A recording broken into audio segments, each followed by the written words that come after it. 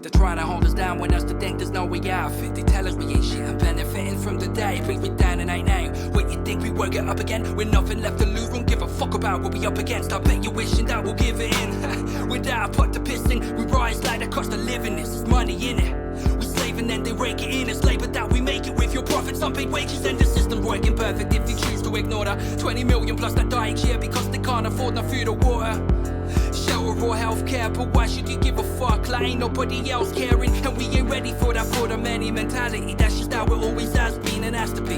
I learned in due time I'm being stupid, of course. People earn their inheritance, workers choose to be poor. Now we outsource our labour, it's some proof from before. Out of sight, out of mind, nothing new to report. But look, we ain't the cause of this, no, we were born in it. The way we live is hypocritical, of course it is. But listen mate, we live this way cause it's the only way we know, so we participate or don't eat.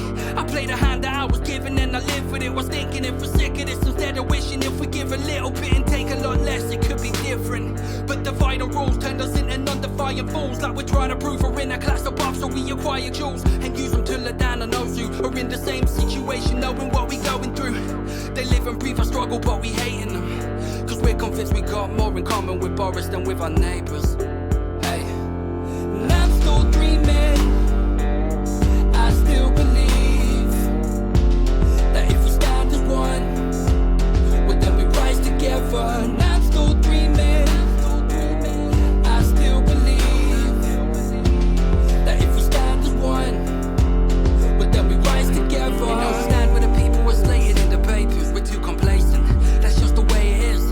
If the current system worse, then why you worried then? Why your revolutionary leaders always toppled by foreign governments? Propaganda got us loving oligarchs, opposing pro-champions. They make us wanna rap with those who stand with us. Scared of making changes and you hating them. Taught to conform soon as we're taken through the school gates, and then we'll vote against our interest in it. Cause we're all part of the elite, we just earn a bit less at the minute. But you don't wanna listen, you already picked a side. But living for the weekend, that's giving up on life. We're one bad pay away from being kicked to the side. It's like we only work to make a bigger divide. If you rich, then what you need another 1,000 million for? Think about it, what they need 1 billion for. And I'm still dreaming, I still believe that if we stand as one, well then we rise together. And I'm still dreaming, I still believe that if we stand as one, well then we rise together.